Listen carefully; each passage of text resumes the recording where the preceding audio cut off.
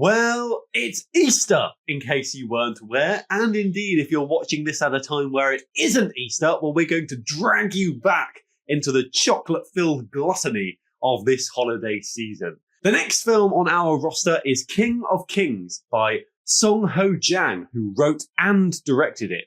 It has an unbelievably star-studded cast, and it's based on the Charles Dickens book, The Life of Jesus Christ.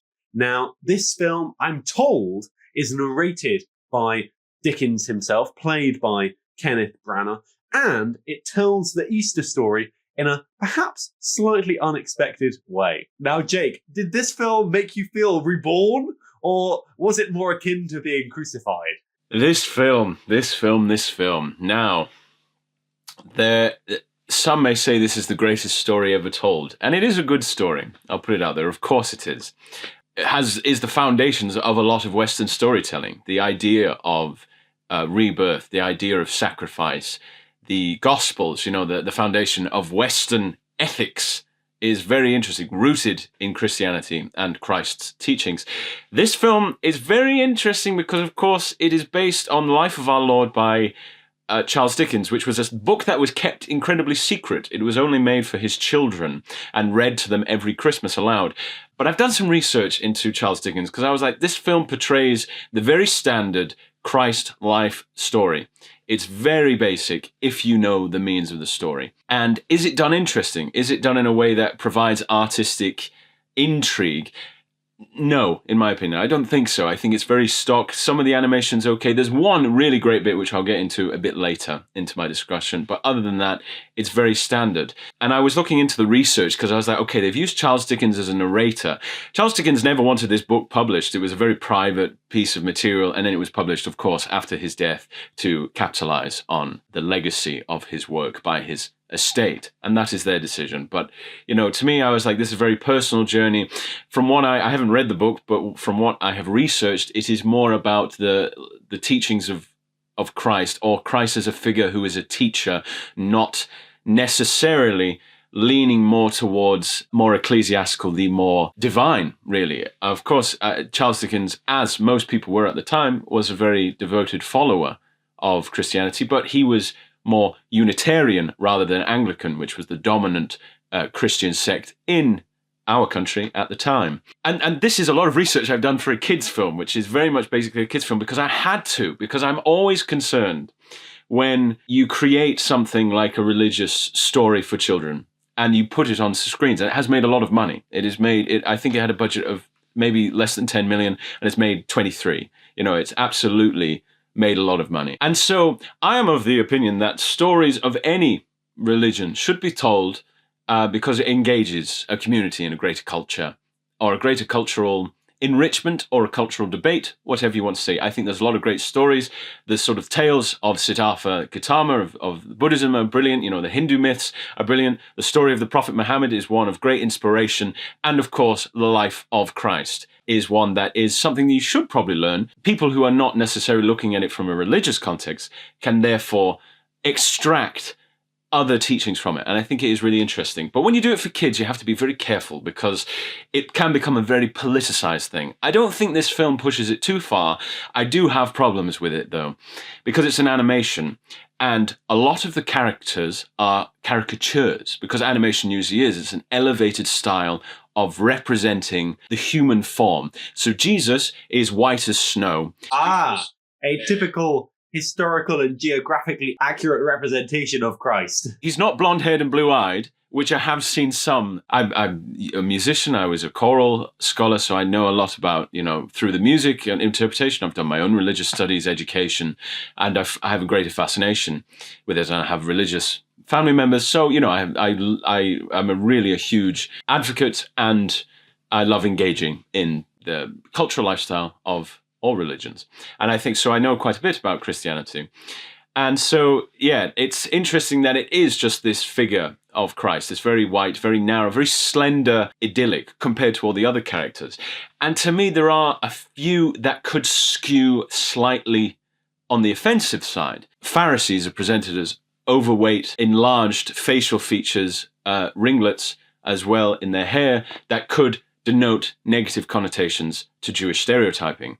which is often seen a criticism of the Passion story quite regularly as well. A lot of the other characters are also portrayed like that. And these are saints, the disciples are saints, and they're portrayed in very less than glamorous ways in how they have been characterized. And so I think it does, I don't think it's attempting to be offensive, but I can understand that if you do look into it quite deeply. I thought that there were some poor choices. I thought the art style could have actually been a bit more interesting, a bit more nuance, because it does have a few moments of variation of art style. It's this sort of weird 3D animation that's okay. It's not on the par of Flow or Pixar or anything like that, but they do moments where they go through more 2D animation when they're retelling older stories, like some of the Gospels or the story of Adam and Eve.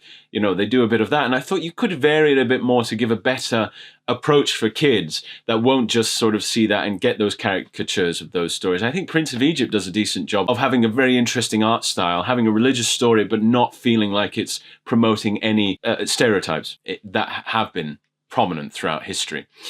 The story itself is it is a very sanitized version of the Christ story. And I find that very interesting that they are trying to tell this story for a very young audience. The main character is the son of Charles Dickens, who the story is being told to and interprets it through his own vision. So it is incredibly bloodless, quite rightly for children, but it's hard to tell that story without really leaning into the suffering of Christ. Because Christ that is the whole point of the resurrection story. It also doesn't lean very strongly into the resurrection angle. It has the crucifixion, and then it just says, and then he rose again. It doesn't really elevate the point. It's very much obsessed with the idea of showing this savior character, detailing good versus bad. The characters of Judas and Pontius Pilate are not delved into very deeply to give a better understanding of how they defeated Jesus or how they betrayed or led Jesus to his death. And, I think there's not a really understanding of how the relationship with God works as well. There's only a few moments where he speaks to God. It's very rushed because they tell the entire story. And I do say it's bloodless. They do the crucifixion, but they have a very nifty way of very soft focusing all the things around him. So Jesus is on the cross, just been crucified and off screen been whipped with the 39 lashes. And he's there, but there's just this top part that can be seen in focus. So you don't see the nails in, quite incorrectly according to the Bible, they should be in his palms, but they're actually in the wrists, which is accurate to crucifixion of the time.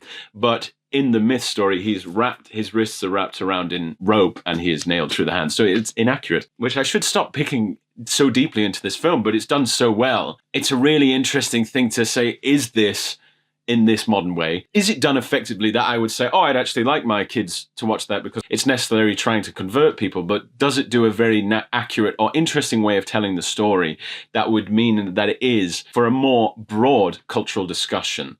I don't think it does. There is one great bit of artistry, which is following the crucifixion of Christ and his death. It has a moment where, and spoilers, but the story can't be spoiled. Everyone knows what happens. Spoilers for a 2,000-year-old story. 2,000 years, you probably have heard some of it. But there's a moment where you sort of see a very visual and audible. It has quite interesting music, far more like anime than it is like what we consider would be a Western version of how it does the music. It's quite synthesized, and I quite liked that. I thought that was one moment that was quite nice. And so the best moment is when Jesus actually descends to hell. They don't actually say he descends to hell, but in the story after he is crucified, he descends before he rises again. And it shows it through this quite beautiful piece of filmmaking. And I thought, finally, we've got something that's quite interesting. It's an actual enrichment of trying to demonstrate this story that younger audiences might actually see, sort of the idea of sacrifice in a visual way, sort of like what Flow did with how it showed its characters facing, stress and climate issues, but in a completely non-verbal way. I thought that was the only moment of intrigue. I think the cast is really interesting. Kenneth Branagh does a good job narrating. He's got a very solid voice. His Shakespearean voice is really nice. That can sort of guide you through it in a very warming, fatherly way. The film opens in a really tragic scene, not tragic in the sense of the actual story of Christ, but a story of the actual filmmaking. The sound design's all over the place. I thought, oh my gosh, this film's going to be a mess.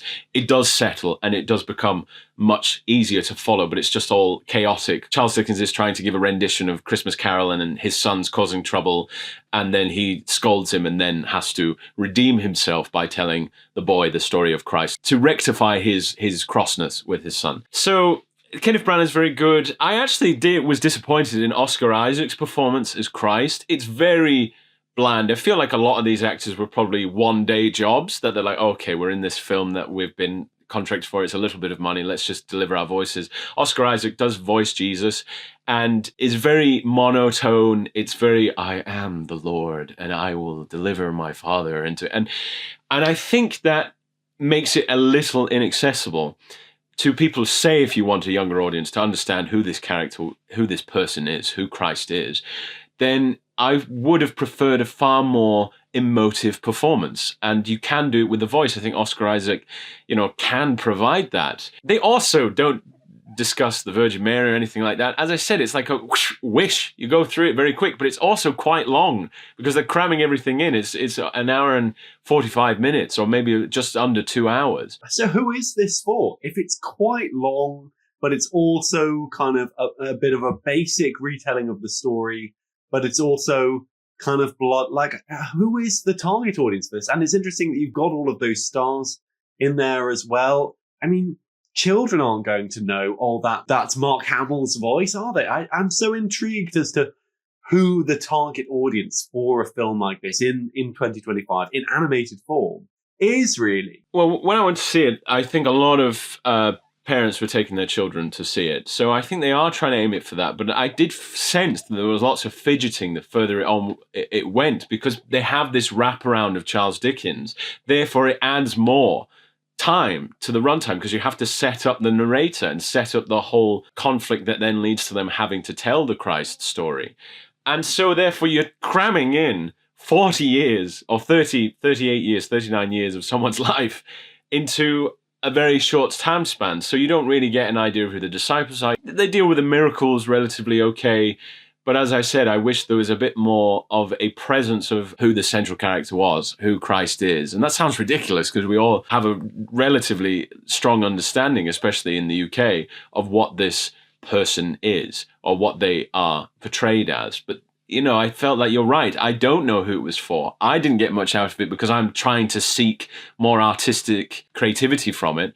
And I don't think it's as accessible to children. I think there's a much better version of this film, which was called The Miracle Maker, which is a stop-motion animation film made in the 90s, I think, starring Ray Fiennes as Christ, who gives a much more emotional performance, a voice performance. It's far more interesting in its creativity because, of course, it uses stop-motion animation, which a filmmaker can watch that and be like, or a general audience member can watch that and be like, yes, that's actually something I want to engage with to see how they tell this story in this way. It has an almost uncanny mythic quality to it that separates it, elevates it above this one, which kind of just seems like a bit of slightly less than great animation, especially now that we've had a big renaissance in different animation styles, Flow, Spider-Verse, all these great films that sort of challenge what we know are preconceived or our idea of what we want modern animation to be. You could have done something a little more interesting, like that one segment following the or just pre the resurrection.